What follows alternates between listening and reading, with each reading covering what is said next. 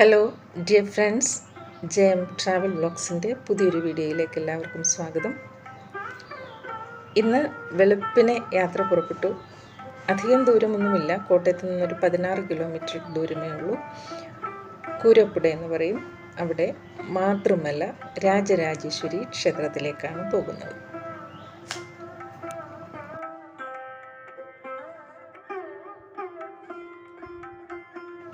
വെളുപ്പിനെയുള്ള ക്ഷേത്ര ദർശനത്തിനൊരു പ്രത്യേകതയാണ്. കുളിയൊക്കെ കഴിഞ്ഞ് ഇങ്ങനെ ആകെ ശാന്തമായി നിശബ്ദമായി കിടക്കുന്ന പ്രകൃതി.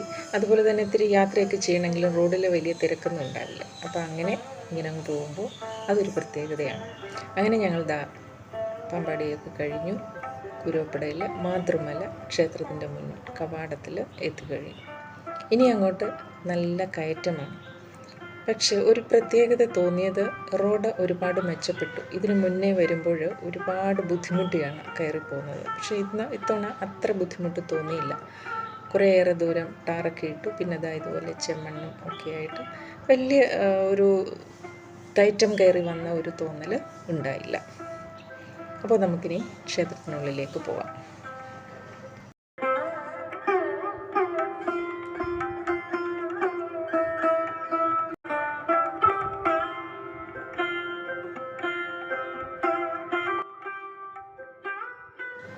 കുന്നിൻ മുകളിലെ ക്ഷേത്രമെന്ന് പറയുമ്പോൾ തന്നെ നമുക്ക് ഊഹിക്കാം ചുറ്റുപാടും എത്ര പ്രകൃതി സൗന്ദര്യം നിറഞ്ഞ പ്രദേശമായിരിക്കുമെന്ന്. ഇവിടെയും ഒട്ടും വ്യത്യസ്തമല്ല. നമുക്ക് ചുറ്റുപാടുമൊന്ന് കാണാം.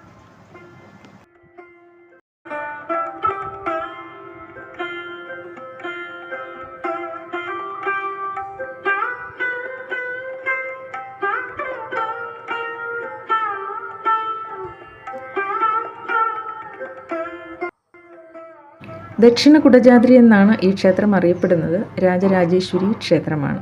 പണ്ടിത് വെന്നിമല ആസ്ഥാനമായ തെക്കങ്കൂർ രാജാവിൻ്റെ അധീനതയിലുള്ള പ്രദേശമായിരുന്നു. അന്ന് അമ്പഴത്തുക്കൽ കർത്താക്കൾക്കായിരുന്നു ഇവിടുത്തെ ഭരണം.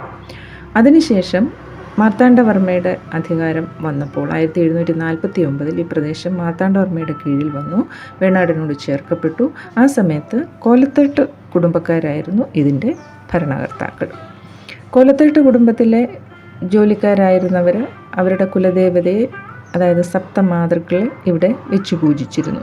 പക്ഷേ പിന്നീട് കോലത്തേട്ട് കുടുംബത്തിൻ്റെ അംഗങ്ങളിൽ നിന്നും കൈമാറി ഈ സ്ഥലത്തിൻ്റെ ഒരു ഭാഗം ഇതര മതത്തിൽ വിശ്വസിക്കുന്ന ഒരാളിന് വിൽക്കപ്പെടുകയും അവരുടെ മതപരമായ ചിഹ്നം ഇവിടെ സ്ഥാപിക്കുകയും ചെയ്തു. അപ്പോൾ അതിൻ്റെ പേരിൽ പിന്നീട്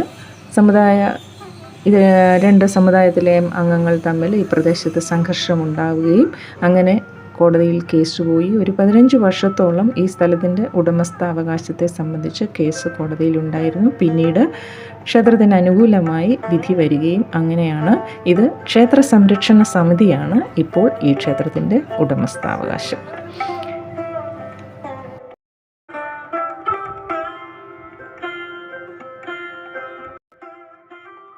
കുന്നിൻ ചെരുവിലെ സൂര്യോദയ കാഴ്ച ഒരു പ്രത്യേക ഭംഗി തന്നെയാണ്. പക്ഷേ ഇവിടെ സൂര്യാസ്തമയം കൂടുതൽ മനോഹരമാണെന്നാണ് പറയുന്നത്. കോട്ടയത്തുള്ളവർക്ക് സൂര്യാസ്തമയം കാണാൻ ദൂരെയെങ്ങും പോവേണ്ട, ഇവിടേക്ക് വന്നാൽ മതി. അത്ര സുന്ദരമാണ് ഈ പ്രദേശം.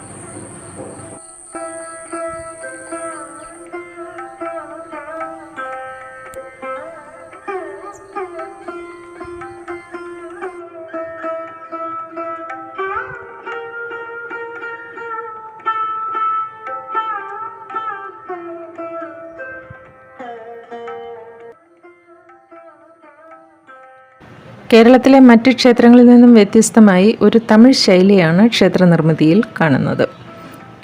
ഉപദേവതമാർക്ക് 2 ചെറിയ ക്ഷേത്രങ്ങളുണ്ട്, നാഗരാജാവിനും ഗുളികനും.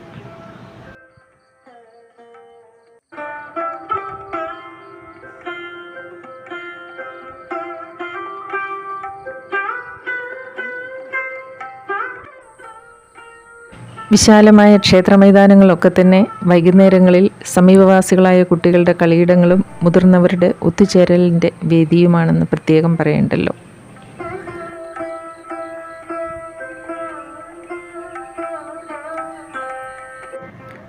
ക്ഷേത്രത്തിന് തൊട്ടടുത്ത് തന്നെയുള്ള ഈ ഓഫീസ് കെട്ടിടത്തിൻ്റെ ഏറ്റവും മുകളിൽ കയറി നിന്നാൽ കോട്ടയം ചുറ്റുപാടും കാണാം. അതുപോലെ ആലപ്പുഴയിലെ ലൈറ്റ് ഹൗസ് വരെ ഇവിടെ നിന്നാൽ കാണാമെന്നാണ് പറയുന്നത്.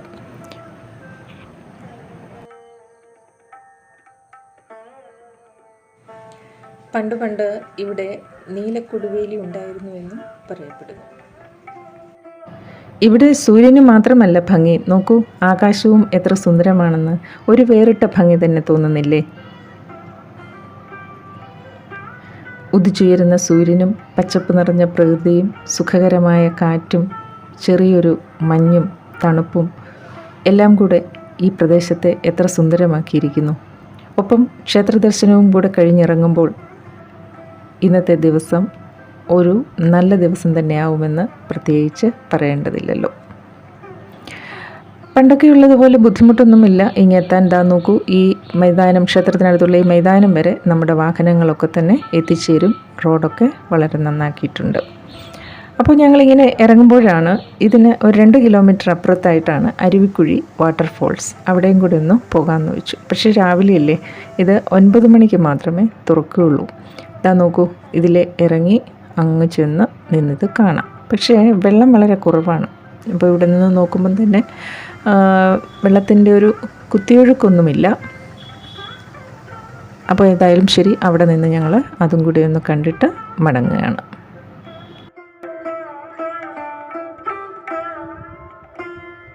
പള്ളിക്കത്തോട്ട് നിന്ന് ഒരു 2 കിലോമീറ്റർ ദൂരമേ ഉള്ളൂ ഇങ്ങോട്ട്. പക്ഷേ മൺസൂൺ കാലത്താണ് ഇവിടെ നിറയെ വെള്ളമുണ്ടാകുക. ആ സമയത്ത് ധാരാളം സന്ദർശകർ ഇവിടെ എത്താറുമുണ്ട്.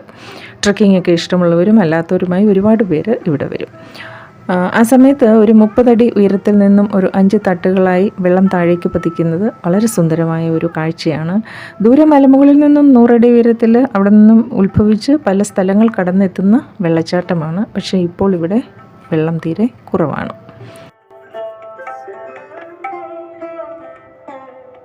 അപ്പോൾ സമയം രാവിലെ 8 മണി ആവാറായിട്ടേ ഉള്ളൂ. ക്ഷേത്രദർശനം കഴിഞ്ഞു, ഉദയസൂര്യനെ കണ്ടു, സുന്ദരിയായ പ്രകൃതിയെയും കണ്ട് ദാ വെള്ളച്ചാട്ടവും കണ്ടു. ഇനി ഞങ്ങൾ മടങ്ങുകയാണ് ദൈനംദിന ജീവിതത്തിൻ്റെ സാധാരണതയിലേക്ക്. ഈ വീഡിയോ എല്ലാവർക്കും ഇഷ്ടമായി എന്ന് കരുതട്ടെ. വീണ്ടും മറ്റൊരു വീഡിയോയുമായി വരുന്നതുവരെ എല്ലാവർക്കും ബൈ.